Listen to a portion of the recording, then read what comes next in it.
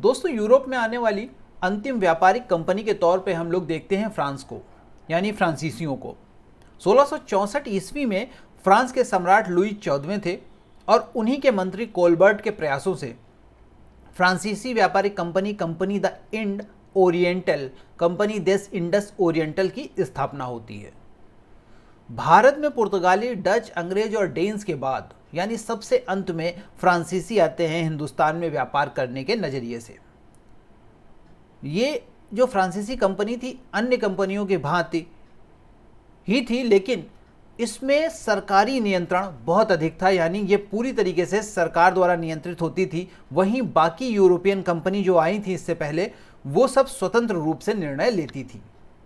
और ये एक बड़ा कारण माना जाता है फ्रांसीसी कंपनी के पतन का, क्योंकि सरकारी हस्तक्षेप से हिंदुस्तान के परिवेश में उनके जो अधिकारी थे वो स्वतंत्र निर्णय नहीं ले पा रहे थे। नतीजतन जो अन्य कंपनियां थीं, जो अन्य यूरोपियन कंपनियां थीं जिसमें सबसे आगे थे अंग्रेज, वह अपने स्वतंत्र निर्णयों के चलते सभी कंपनियों पर दबाव उत्पन्न करते जा रहे थे और अंततः उन्होंने फ्रांसीसियों को भी हिंदुस्तान के कुछ सीमित क्षेत्रों तक खदेड़ के रख दिया, यानी नियंत्रित कर लिया और अपना वर्चस्व इस तरीके से स्थापित कर लिया था। तो सरकारी व्यापारिक कंपनी के तौर पर फ्रेंच ईस्ट इंडिया कंपनी को जाना जाता रहा। 1668 में फ्रैंको कैरो ने औरंगजेब से एक फरमान प्राप्त किया जिसके जरिए उन्होंने पहला कारखाना हिंदुस्तान में सूरत में खोला और दूसरा कारखाना फ्रेंच कंपनी का खुलता है मुसलीपट्टनम में।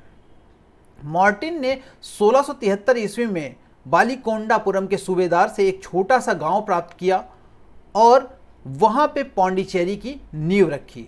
तो दोस्तों, आज का पुदुचेरी ये वही पौंडीचेरी है जिसकी नींव मार्टिन ने रखी थी और ये फ्रेंच यानी फ्रांसीसियों द्वारा स्थापित किया हुआ हिंदुस्तानी क्षेत्र है।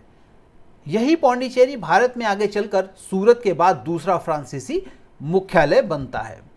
1673 में ही बंगाल के सूबेदार शाइस्ता खां की अनुमति से चंद्रनगर में कारखाना स्थापित किया गया तथा वर्धमान जिले के जमींदार शोभा सिंह तथा रहीम खां के विद्रोह के समय इसकी किलेबंदी कर दी गई और इसका नाम फ्रांसीसियों ने फोर्ट आर्लियंस रखा।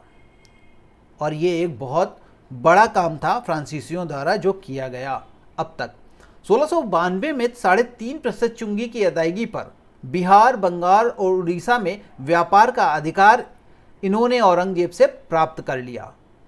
तो ये लोग किस तरीके से क्षेत्र विस्तार करते जा रहे थे, लेकिन इनका क्षेत्र विस्तार एक अन्य यूरोपीय कंपनी को बिल्कुल पसंद नहीं आ रहा था और वो थे अंग्रेज। मुगल सम्राट मोहम्मद शाह ने सिक्कों की एक और मुगल बादशाह तथा दूसरी तरफ टकसाल का नाम अंकित करने की शर्त पर फ्रांसीसियों को टकसाल का एकाधिकार दे दिया, यानी टकसाल का काम नियंत्रण अब वो देखने वाले थे।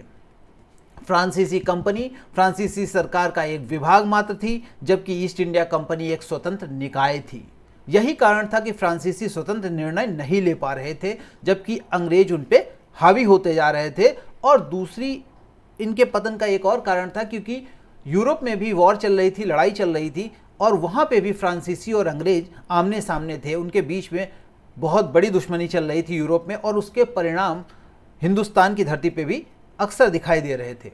भारत में फ्रांसीसी कंपनी सरकारी सहायता, तंबाकू के व्यापार और एकाधिकार तथा लॉटरियों के सहारे चल रहा था। मतलब भारत में फ्रांसीसी कंपनी का काम सरकारी सहायता, यानी जो वहाँ से उनको एड आती थी, पैसा आता था, उसके जरिए तंबाकू के व्यापार और लॉटरी के जरिए ये लोग जो कमाते थे उसी से अपनी कंपनी चला पा रहे थे। ठीक है, यानी स्वतंत्र निर्णयों का बहुत अभाव था। 1742 ईस्वी में फ्रांसीसी शक्ति में वृद्धि हुई, जिसको देखते हुए फ्रांसीसी गवर्नर डुप्ले द्वारा भारतीय राज्यों पर कब्जा करने का प्रयास किया गया। 1742 में डुप्ले ने, ये एक फ्रांसीसी गवर्नर या कह रहे हैं फ्रांसीसी अधिकारी के तौर पे काफ़ी बड़ा नाम माना जाता है डुप्ले को, और उसने काफ़ी प्रयास भी किया कि भारतीय राज्यों में अपना क्षेत्र विस्तार किया जाए। लेकिन दूसरी तरफ अंग्रेज इनको नियंत्रित करने के लिए बैठे हुए थे। तो इसका परिणाम क्या होता है, फ्रांसीसियों और अंग्रेजों के बीच संघर्ष हो जाता है और इसमें आग में घी का काम करता है यूरोपीय परिवेश, यानी यूरोप में जो लड़ाई इनके बीच में चल रही थी उसने बहुत बड़ा योगदान कर दिया हिंदुस्तान में इनके बीच के संघर्ष में। और फलस्वरूप इनके बीच होते हैं 3 बड़े युद्ध हिंदुस्तान की धरती पे, जिसके चलते 3 आंग्ल फ्रांसीसी युद्ध हुए जिनको कर्नाटक युद्धों के रूप में भी जाना जाता है।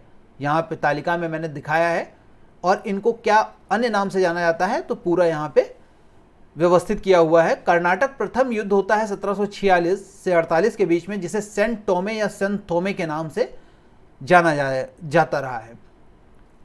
इसका कारण था ऑस्ट्रिया के उत्तराधिकार को लेके यूरोप में फ्रांस और अंग्रेजी सेना आमने सामने थी। तो जो वहाँ का संघर्ष था वो हिंदुस्तान की धरती पे भी उजागर हो गया और यहाँ पे भी आपस में दोनों भिड़ गए। परिणाम स्वरूप मद्रास का हिस्सा जो था वो अंग्रेजों के कब्जे में आ गया।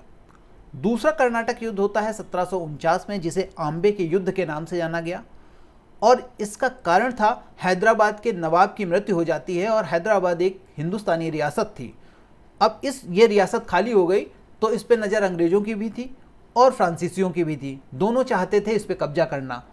परिणाम स्वरूप दोनों के बीच संघर्ष छिड़ जाता है और दूसरा कर्नाटक द्वितीय युद्ध हो जाता है या कर्नाटक का युद्ध हो जाता है।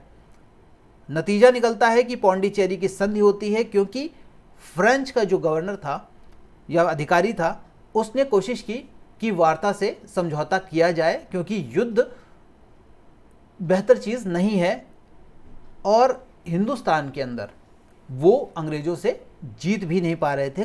वो कोशिश कर रहे थे लेकिन किसी भी तरीके से अंग्रेजी सेना उन पे भारी पड़ती जा रही थी। तो उनके अधिकारी ने पौंडीचेरी की संधि की अंग्रेज़ों के साथ, और दोनों के बीच संधि होते हैं तो दोनों की पूर्व स्थिति जो थी उसी को बहाल करने पे निर्णय लिया जाता है, वही बहाल हो जाता है। और आगे से हिंदुस्तानी रियासतों को लेके लड़ाई पे भी एक निश्चय किया जाता है कि आगे से इस तरीके से कोई रियासत अगर मिलती है तो संधि और समझौतों से वो अपने हाथों में ले ली जाएगी, उसके लिए युद्ध नहीं किया जाएगा। तो ये परिणाम निकलता है द्वितीय युद्ध का। कर्नाटक का तृतीय युद्ध 1760 में होता है, निर्णायक युद्ध होता है, इसे वर्ंडीवास के युद्ध के नाम से जाना जाता है। यूरोप में सप्तवर्षीय युद्ध का आरंभ हो चुका था, वहाँ पे भी ऑस्ट्रिया को ही लेके अभी युद्ध हो रहा था और वहाँ 7 साल का एक युद्ध छिड़ गया था, जिसका मतलब परिणाम कह लीजिए या असर हिंदुस्तान की धरती पे भी दिखाई देता है। और फिर से एक बार अंग्रेज और फ्रेंच एक दूसरे के आमने सामने आ जाते हैं। भारत में दोनों पुनः आमने सामने आ गए और इसका नतीजा हुआ पेरिस की संधि हुई जो यूरोप में हुई, लेकिन भारत में भी दोनों ने इस संधि को माना और फ्रांसीसियों को अंग्रेजों ने इस संधि तक आते आते काफ़ी कमज़ोर कर दिया था। फ्रांसीसी बुरी तरीके से पराजित हो चुके थे, अंग्रेज़ों ने पूरी तरीके से इनके क्षेत्रों पर कब्जा कर लिया था और हिंदुस्तान के कुछ बचे कुछ क्षेत्रों तक इनको नियंत्रित कर दिया था, जैसे उन्होंने अन्य यूरोपीय कंपनियों को नियंत्रित कर रखा था। तो फ्रेंच भी एक सीमित क्षेत्र तक ही रह गए थे हिंदुस्तान में वॉन्डीवॉस के युद्ध के बाद। तृतीय कर्नाटक युद्ध के पश्चात फ्रांसीसी भारत के कुछ हिस्सों तक ही सीमित रह गए, उनका प्रभाव काफ़ी कम हो गया तथा इसी के साथ भारतीय उपमहाद्वीप में ब्रिटिश सर्वोच्च यूरोपीय शक्ति बन गए। तो दोस्तों, इस तरीके से स्थापित होता है हिंदुस्तान में अंग्रेजी शक्तियों का अपना काम, मतलब ब्रिटिश ईस्ट इंडिया कंपनी पूरी तरीके से नियंत्रण प्राप्त कर चुकी थी हिंदुस्तान के क्षेत्रों पर और अब उनके अधिकार क्षेत्रों को अगले वीडियोस में देखा जाएगा किस तरीके से उनके अधिकारियों ने हिंदुस्तान पे अपना कब्जा जमाया। तो दोस्तों, बहुत बहुत धन्यवाद।